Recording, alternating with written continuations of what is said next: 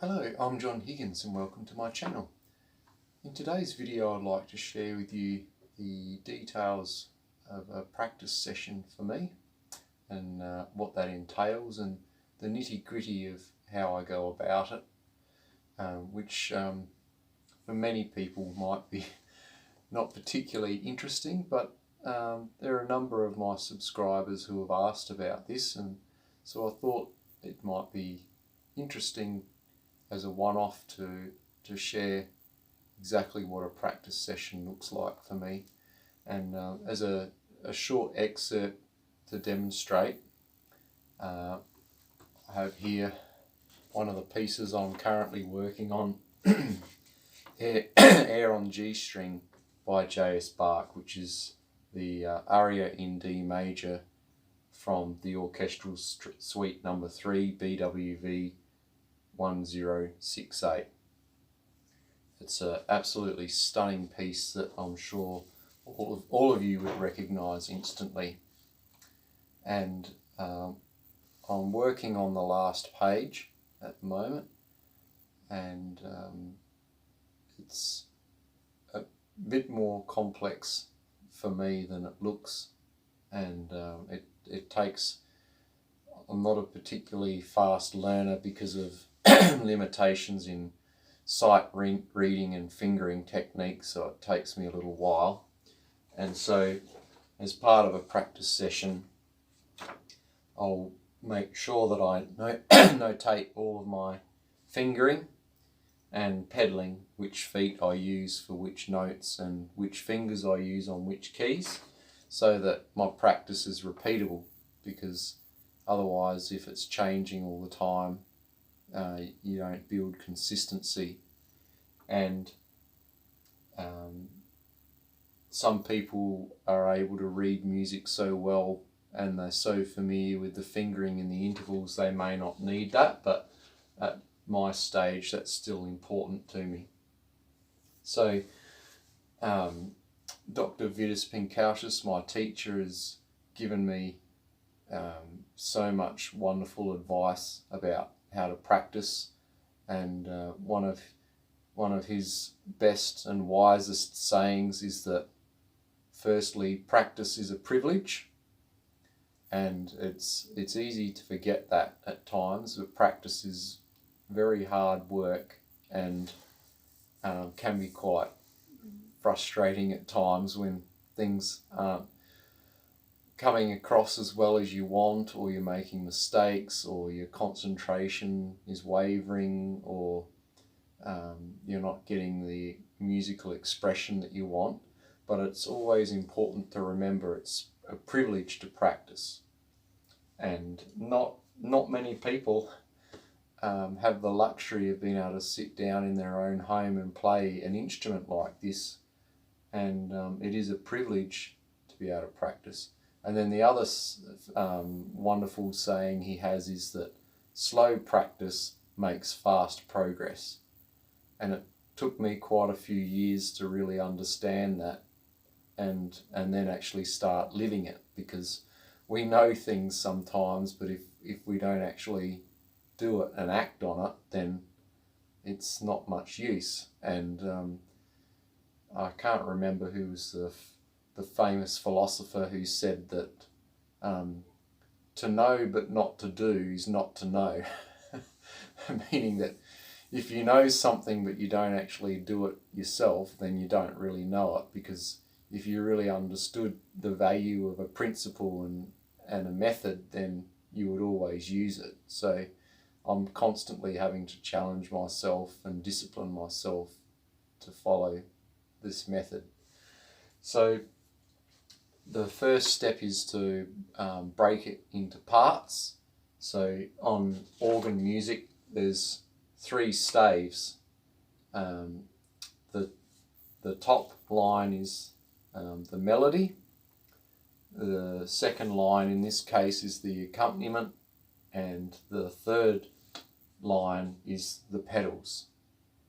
And so because this is an orchestral suite, it was designed for different instruments like violins and violas and other instruments, for example, maybe flutes, or it would have had the soprano violins, the violas, and the double bass, like a string quartet configuration.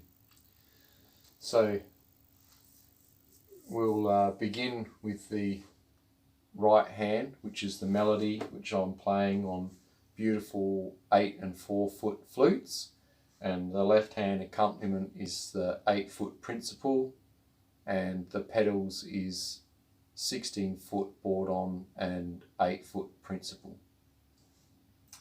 So we'll start the first line on the page. It's only 2 bars, but there's a fair few notes going on, and it is a slower piece, so it goes for a bit longer than what 2 bars might in another piece. So here we go, this is the first line.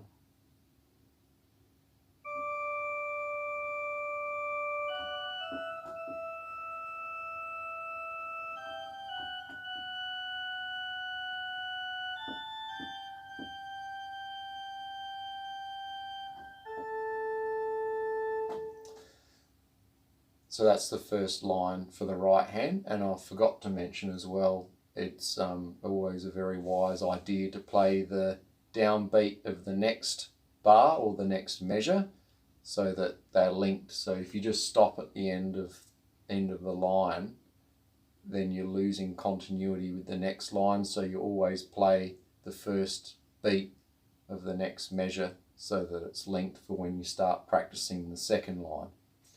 So now it's the left hand's turn.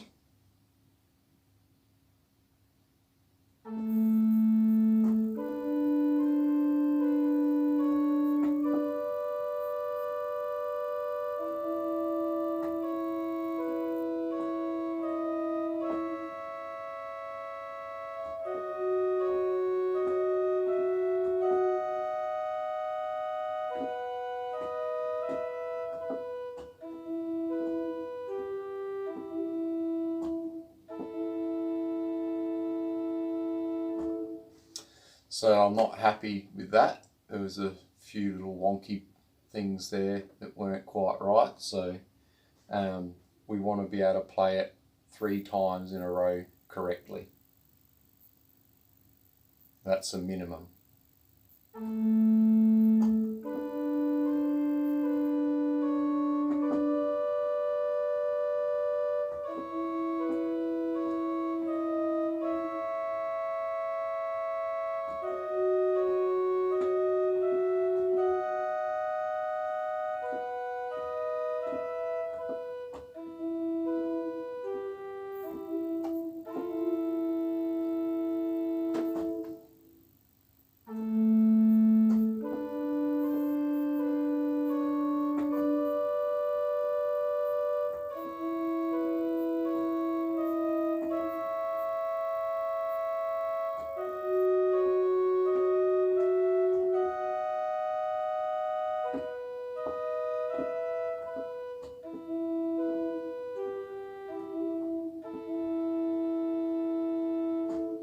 So that's getting closer to how I would like it to be.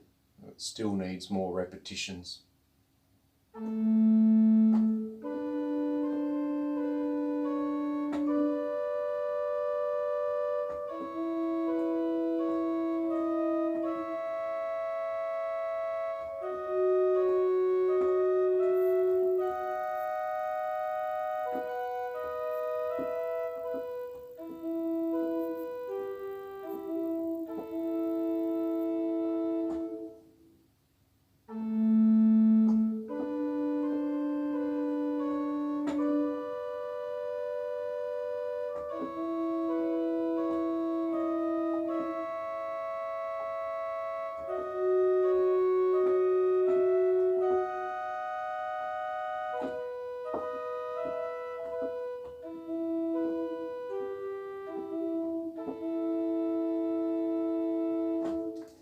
And then we move on to the pedals played by the feet.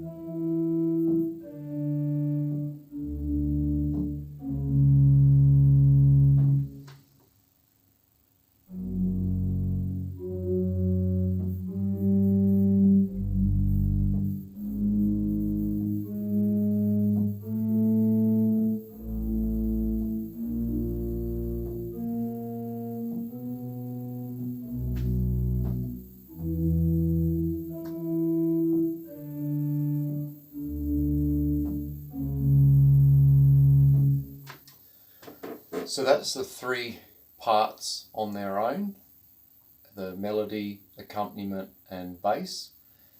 And so then the next step is to do two-part combinations. So the idea is that to be able to learn efficiently, to simplify everything down as much as possible. So that's why I only practice this one line, and then we make it even simpler by playing one part out of the three for just one line.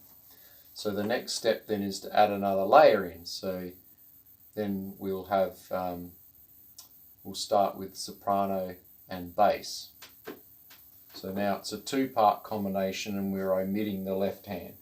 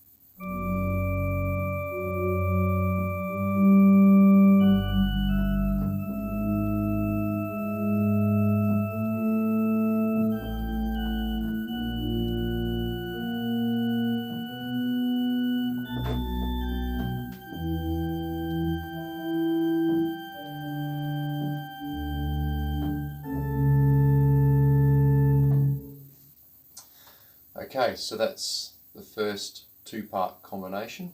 Then we'll do left hand and pedals, which can often be the most difficult combination because particularly for someone who's right-handed like myself, the left hand is not as ambidextrous at times. So as the right, and coordinating pedals and left hand can be challenging, and it's definitely harder for me than any other combination. So we'll take it nice and slow and work on that now.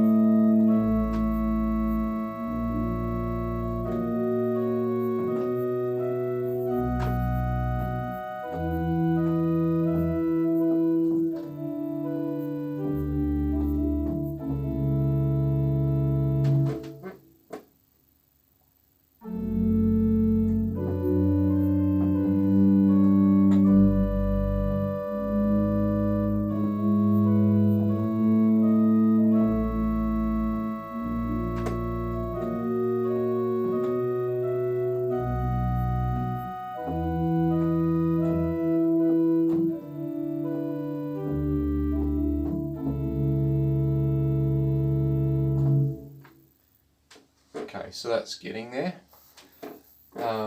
Now left hand and right hand.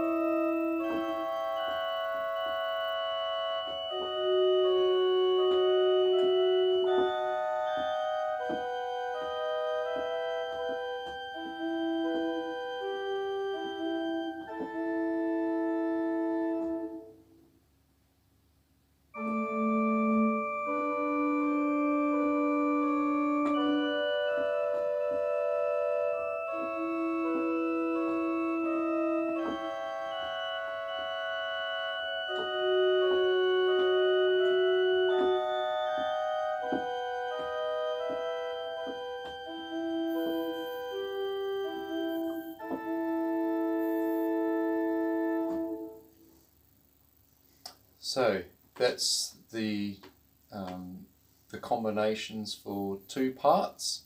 So we've had right hand, left hand and pedals individually. Then we had right hand and pedals, left hand and pedals, right hand and left hand. And then the final practice combination is right hand, left hand and pedals all together. And based on my personal experience, it's very important not to rush this step. Even though you're building in all these layers together, it can really overload the RAM. If your computer was if your brain was a computer, you'd definitely be maxing out the RAM sometimes when it comes to 3-part combinations, because each part is doing its own different thing. So we'll go extra slow, and that's another important thing that Vitus teaches, is that really the practice tempo should be at a maximum of 50% of concert tempo, so half the speed, and that's as fast as you want to be. And sometimes I find it's a lot slower than even half tempo, and until I'm comfortable.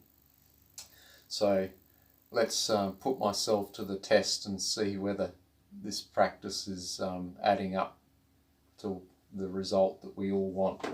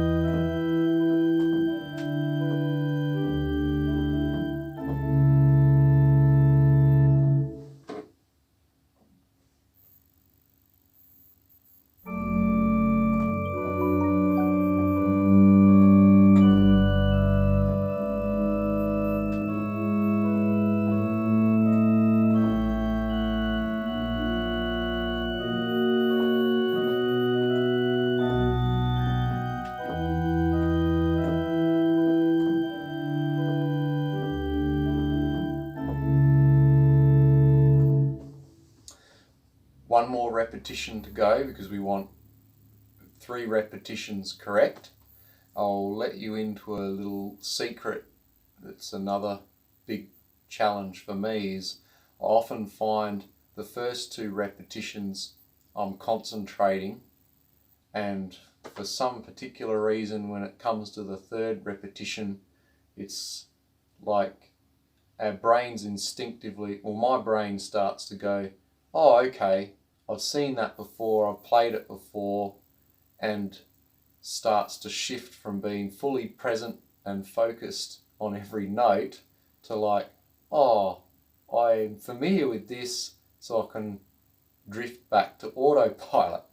It's a little bit like, have you ever been driving a car and maybe you're driving home from work and you get home and you suddenly go, I don't even remember key landmarks on the road on the way home, because you were just on autopilot, and thankfully you didn't have an accident. But that's a real challenge for me, is on this 3rd repetition not to switch off to autopilot and actually focus just as intently as the 1st repetition. That's a big challenge.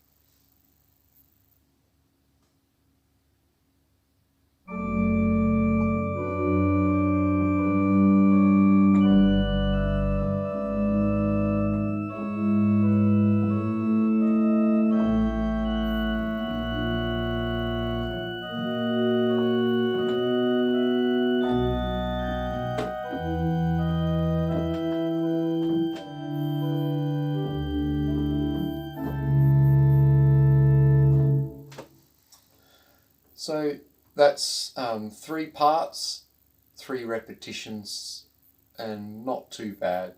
It still needs more practice and a bit of smoothing out. And I'm sorry that this is such a long video and maybe very boring to most people out there, but to give you an idea, this piece is 3 pages, and it has 3 lines on each page, so that's 9 lines, and the first page is repeated twice. It's in bicinium form, so A, B. And so the whole piece only goes for about 4 minutes, and I'm practicing 1 line out of 9, and you can see how long this video's gone for already, just for 1 line. And that's not done. You come back tomorrow and you need to reinforce it and reinforce it and reinforce it. It takes many days. For me, with my skill level for where it's at, it takes many days of doing that to embed it. And when you come to play the piece, well, you're effectively playing 12 lines in total. So that was 1/12 of the piece. And yeah, so that's for me, with my skill level and my abilities, which are limited, that's what it takes for me. And so I'll play, if you want to play a recital that's 30 minutes long, and this piece is only 4 minutes out of the recital, that gives you an idea of the amount of effort.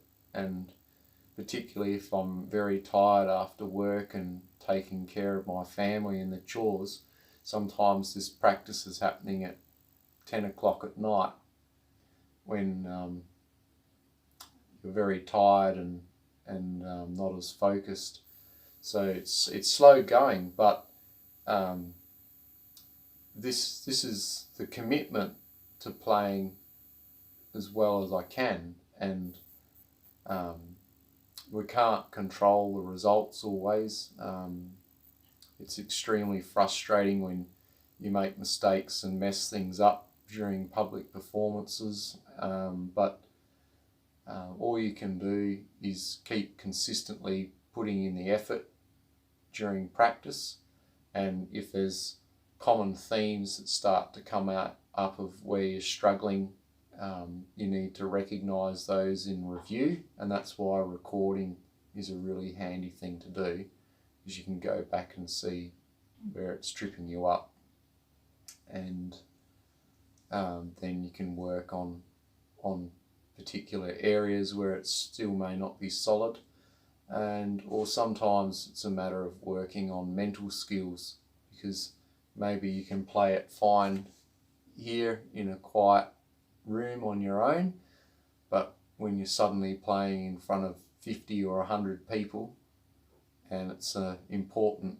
occasion or service, that's when the mental side of it comes in. So it's not just about playing the notes, it's about being able to control performance anxiety and the stress of and anticipation and the excitement of the occasion, the energy of a live performance. You really feel that as a performer, the people in the audience, which is a lot of expectation, but also very, very rewarding. And for me, I know Vitus teaches me the same thing, that being able to share the joy of music with people is so important, that if I just sat here and played for myself, it'd be less stressful. But when you want to play for other people, it's a commitment. There's deadlines. There's the performance anxiety and deadlines and things that you have to work to. But it's very rewarding to be able to pull it off, and particularly in times like this with the pandemic, it's nice to be able to give people something that makes their day and cheers them up. And that's why it's so special to me when anybody watches any of my videos or leaves a comment. It's very special to me that anybody watches my videos, and there's a lot of people that do and that have left very kind comments, and I thank you very much for that. And this is what goes in behind the scenes. So thanks for watching such a long video, and I hope that's given you a bit of insight into the behind the scenes of my practice. Take care. Bye.